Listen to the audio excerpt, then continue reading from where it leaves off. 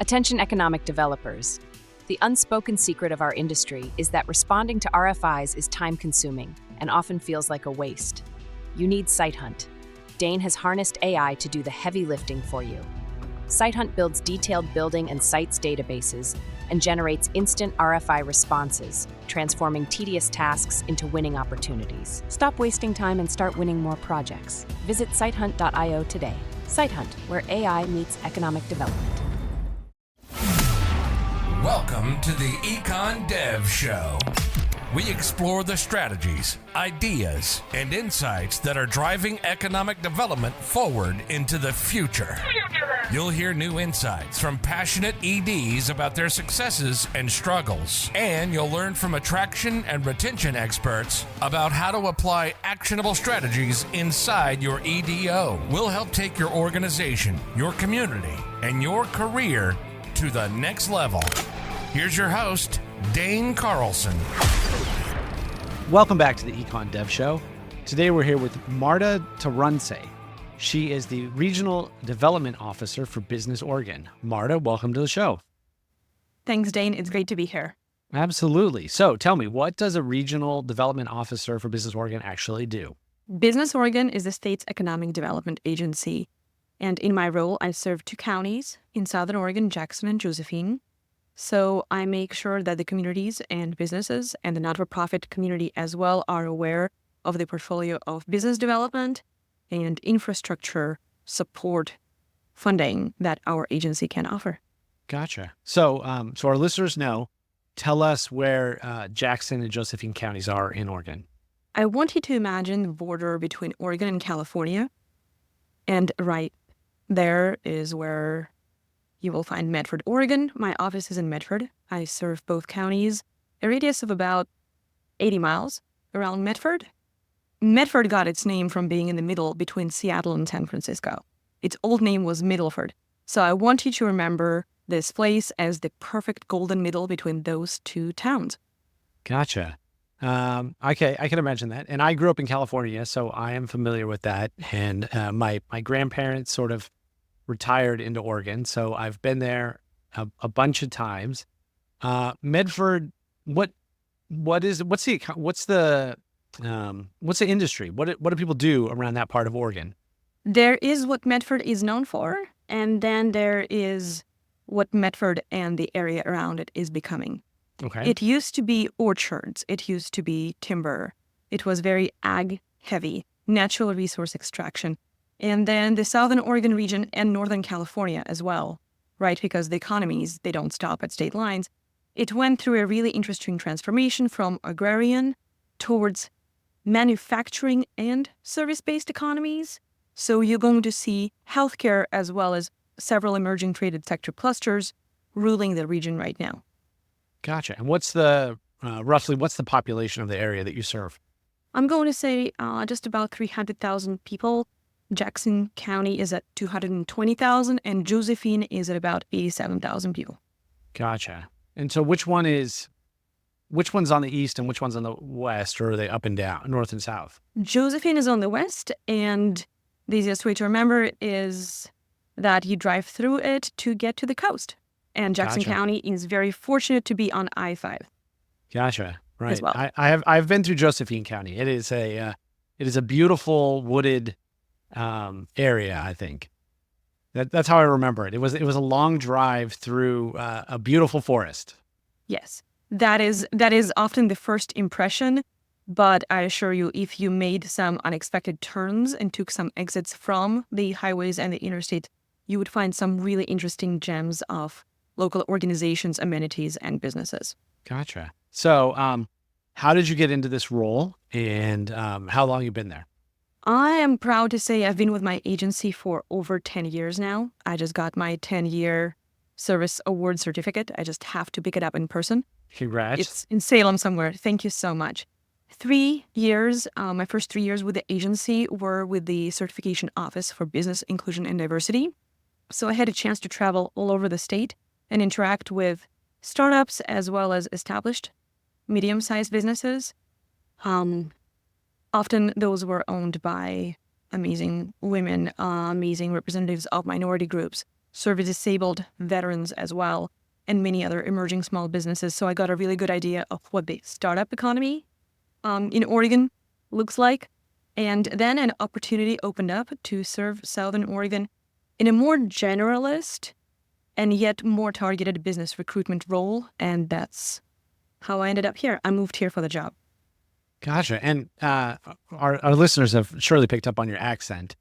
Where are you from originally? I'm originally from Russia. I came here 21 years ago. Oh, fantastic. Well, we're glad to have you here, and we're glad to have you in the profession and serving the people of Oregon. So what is economic development like in Oregon? I'm sure you've talked to people in other states. When you talk to them, are there similarities? Are there differences? Many colleagues, and I just came from Denver. I just had the chance to attend the International Economic Development Council's annual conference and a 2-day technology-led economic development course there as well. When I talk to my peers from other states or territories or other countries, I often detect a surprise in their voice at how not big Oregon ultimately is. Our population is at over 4 million people. So economic development for a state with a wealth of natural resources and a wealth of knowledge and talent capital that still is below 5 million people, that is a very interesting challenge. We're smaller than some cities in the states we are competing with. Right, exactly. Exactly. I live in Houston, Texas, and you're roughly the same size, right? Yeah. Wow. And Oregon has some interesting rules and regulations that I think make it make it an interesting place to do economic development. I know that the cities can't grow or something, like there's a boundary or something that cities can't expand. They can't, they can't grab and take on new land. Is that true? The concept of the urban growth boundary is very robust in Oregon. That's probably the best way I can say it. Sure. Within my role.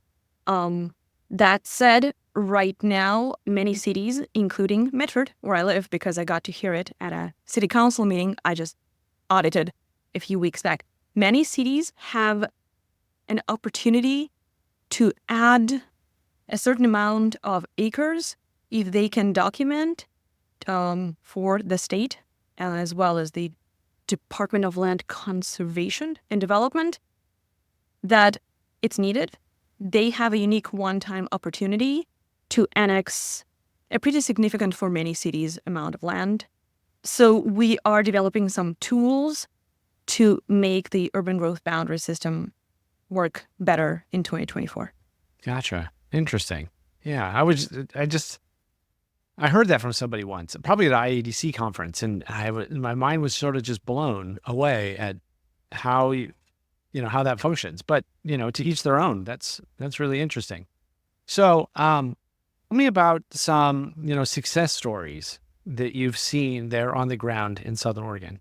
Thank you. I have been waiting to brag and highlight and showcase one of our success stories for a couple of years now. If you are in Texas, then you may have noticed some amazing high-energy, positivity-filled drive-thrus called Dutch Bros appearing all over the place. So that's the success story from Southern Oregon I'd like to talk about today. In 2021, they became Oregon's highest ever initial public offering publicly traded company, and they originated in Grants Pass, the city of almost 40,000 people that's in that 80,000 people county in Josephine County. Wow. Yeah. Dutch Brothers. I have one that's very close to my home, and I've been through that drive-through line, and it takes a while.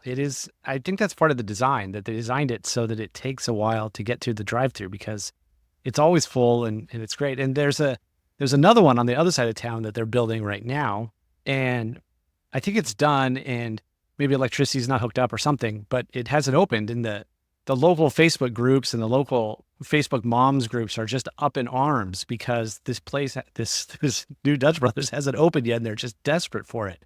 So yeah. When did they have their initial public offering, you said? I believe it was 2021. Wow. And That's A incredible. a lot of the articles looking back at 2021 and its economy and the Oregon economy in 21 will cite that as a beautiful blip on the radar. So is their headquarters still there in Grants Pass? So that's a really good question. They have recently announced that about 40% of their administrative and headquarter type of operations will be moving to Arizona, and the ETA for that happening is January of 2025. So the company is undergoing a transition. Sure. That said, I had a chance, together with my team that had a retreat in Southern Oregon this April, to tour the roasting facility that was at some point the headquarters right outside of Grants Pass.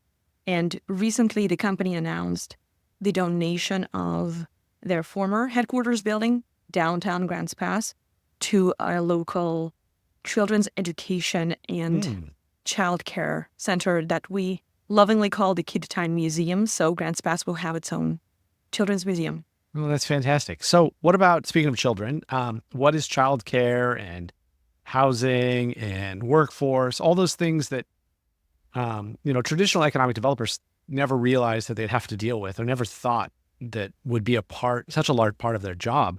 What's that like in Southern Oregon? I think the housing situation is challenging just as it is almost everywhere else on the West Coast. Mm-hmm. Well, everywhere. It's everywhere. Yeah. Everywhere. These are the comparable markets. I'm looking at Sure. the I-5 corridor. You're absolutely right. The housing situation is tight.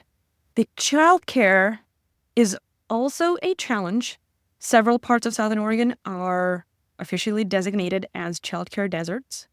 And there's a special ratio and a calculus and a formula for what constitutes that. It looks at how many children have a spot available to them, basically. That's local, Right. within a reasonable amount of a commute. So a lot of communities perhaps have not done the audit or an analysis of whether or not they're a childcare desert. I think Southern Oregon wanted to be realistic about the challenges we're facing because we can only have a plan forward if we know what we're working with. Gotcha. And interestingly enough, for the first time ever, as part of their regularly scheduled Perspectives panel series, the Business Retention and Expansion Committee of the Grants Pass and Josephine Chamber of Commerce is essentially their economic development arm of the chamber and of the region. For that part of the region, they just held a peer panel focused on childcare issues, challenges, ways to solve it, what employers need to know about being able to offer their employees, even the matters of employees being on a benefit cliff were discussed. And benefit cliff is when somebody's doing a great job, an employer gives them a raise, and that raise kicks the household out of certain benefit eligibilities. Sure. So we did a really deep dive. We had an entrepreneur on the panel, we had an employer, and the Oregon Department of Human Services and the Early Learning Division. That's incredible. It's amazing. And you mentioned that, this is a problem up and down the West Coast. And I said, it's a problem everywhere. And it truly is. This is an issue that we're all grappling with.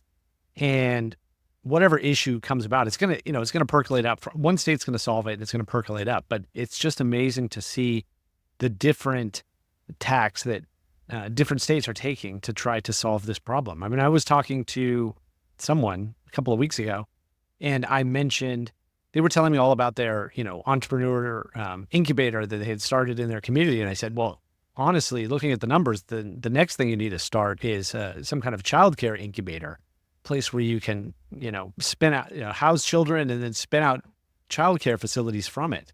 Absolutely. Going off of what you just said, one state might tackle it, and they may do a great job.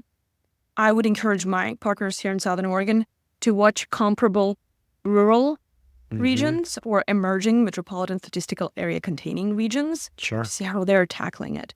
Because what may work in Seattle or in Tacoma may not necessarily be cross-applied to Ashland, Oregon, but I know that there was an amazing project in Eastern Oregon where a church, a denominational not-for-profit, donated an old Quonset hut that had a significant footprint, significant square footage. And they worked with local childcare partners to turn it into a very significant difference-making childcare center in their community. So I would urge us to look at peer communities, even if they're in different countries, because in Denver, I connected with somebody from Puerto Rico, and we're going to touch base, and I'm going to share my notes on how Southern Oregon has put on a career fair that included some advanced manufacturers booths because they want to know about it. And likewise, we have so much to learn from other communities. That's fantastic. You mentioned that Southern Oregon is becoming a manufacturing and service economy. What kind of manufacturing, would you find, or what, do you have? The largest cluster remains wood products manufacturing and food and beverage manufacturing. Around that, we have seen some spin-offs in high tech, biotech, a little bit of that. We do not have a research university, so you're going to see less of medical and science-based spin-offs. We have some amazing tool sharpener manufacturers, some amazing wood trim product manufacturers. We have some 3D printers. We have a nascent, or rather established and yet small outdoor products manufacturing. We have world-class, renowned paddles, oars, as well as rafts being made in the region. And folks get to test them on the wild and scenic rivers that are part of the region too. That's phenomenal. So how does Southern Oregon, compare to, how do you compare and your region compare to your partners across the state? The metric I would use for comparison is the location quotient. If the location quotient is over 1.0, as I'm about to explain to a Rotary group in Southern Oregon in a month, I've been practicing this spiel. Good. If the location quotient for a particular industry for an area is over 1, that means that that industry is doing better than the national average in those particular counties. Southern Oregon still has the competitive advantages due to logistics, due to being close to raw resources for wood product manufacturing, some advanced manufacturing because we're close to the Californian market, food and beverage because we're close to where a lot of the ingredients are grown. California is also a very large consumer of organic, niche, sophisticated palate type of foods and beverages, and everything brewed and fermented. So Oregon products do really well in Washington and California, our immediate neighbors, and right across the ocean in Japan. So there are a couple of other regions in Oregon that are doing really well in food and beverage production, but we are one of the leading ones. Oh, that's phenomenal. So let's see. In your role, you work with businesses and governments and nonprofits and everybody. So would you consider yourself more of a retention, or are you helping these businesses to find the resources so they can grow and expand? Or are you, on the lookout for attraction type deals, or how does that work? I'll address the attraction model first. When it comes to attraction and recruitment, my agency has 2 amazing recruitment officers based out of headquarters, and they focus on addressing the leads that come through that are more statewide. When there are leads that go directly to the region, I'm the regional state person in the room supporting that. Sure. I myself do not focus a majority of my time on attraction because we have amazing folks with the absolute advantage doing that. But I can help make the region be more prepared when a site selector does come to Bedford or Grants Pass or its rural parts. I am definitely the state's point person for business retention. So when there are concerns about layoffs, relocations, consolidations out of the area, overall economic development type of concerns, I am the state person in the room in these 2 counties. Oh, so how many in Oregon? How many other regional officers are there? We have 12 regional development officers all throughout the state. And for comic relief, I call them all MARTAs. When I'm trying to explain the system to somebody, I say we have 12 MARTAs will look, sound, and operate differently, and that's okay because our skill sets reflect the regional needs and strengths, and we also have some occasional statewide focal areas of our own as well. Gotcha. Okay. Yeah, it's amazing. That's quite a large footprint of economic development officers all across the state for such a small population. I'm kind of amazed that it's actually so much, and that's probably because the different parts of the state are very different, and because it's a good sized state. You have a lot of geography to cover. You absolutely nailed it. And we also make sure the communities, cities, counties, whoever we call municipalities, as well as our tribal partners and special districts, know about the infrastructure, funding opportunities, or conversation convening assistance we can offer. Sure. So are the cities and the counties, do they typically have their own economic development staff? Are they working on that, or how does that work? In my region, only the city of Grants Pass has an economic development manager. Other cities have staff, typically within the city manager's office, or a very enthusiastic elected official, right, who also wear the economic development hat.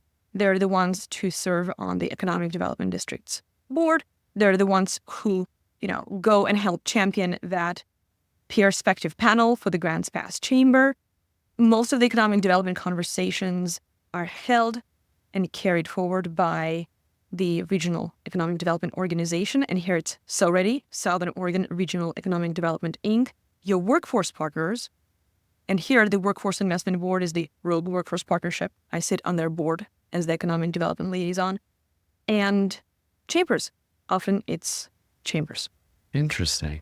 What a perspective. I find that I always find it so interesting to hear how it works in different places.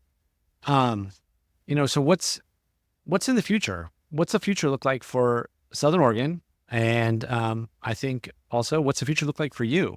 Let's start with Southern Oregon, because I'm hoping to run out of time and never address that really big personal right question work in the end. I'm going to go back to the Dutch Bros story. I think the region needs to continue celebrating that a pushcart started in 1992 by the Boersma brothers is one of Oregon's success stories, and economic success stories, and philanthropic success stories, because the Dutch Bros Foundation has continued to give back to the region, as well as to the places where Dutch Bros drive-thrus can be found. I think Southern Oregon needs to ask itself, okay, so Dutch Bros, great IPO, what is the next publicly traded company to come from Southern Oregon? It is replicable. I genuinely believe, this is not just me being a hype woman for my community, but also that, I genuinely believe it is replicable.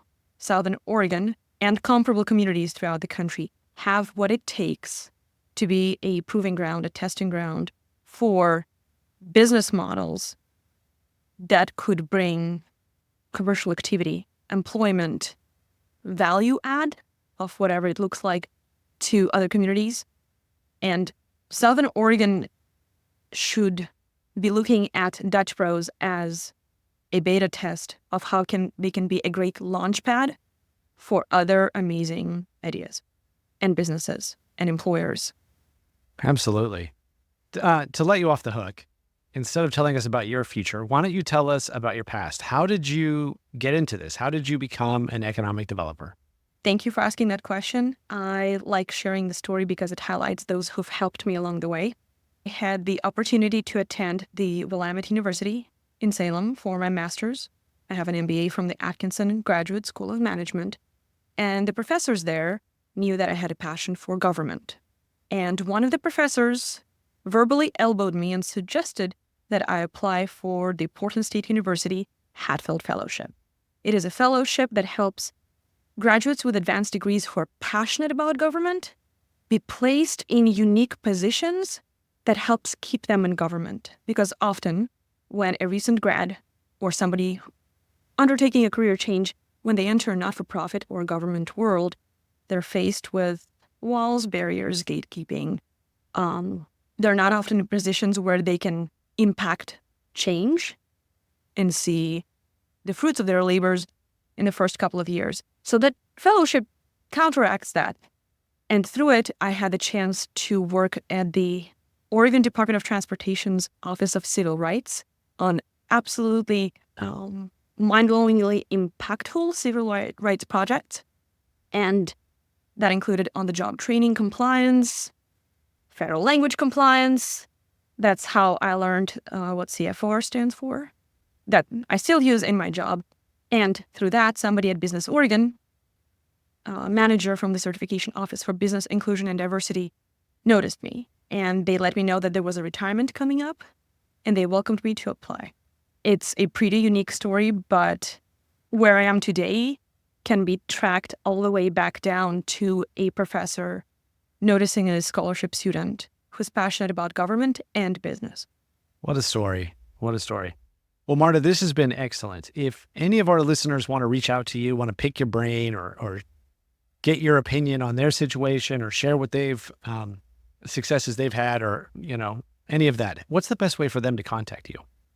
LinkedIn. I chose to invest in my LinkedIn in grad school, and so I will respond.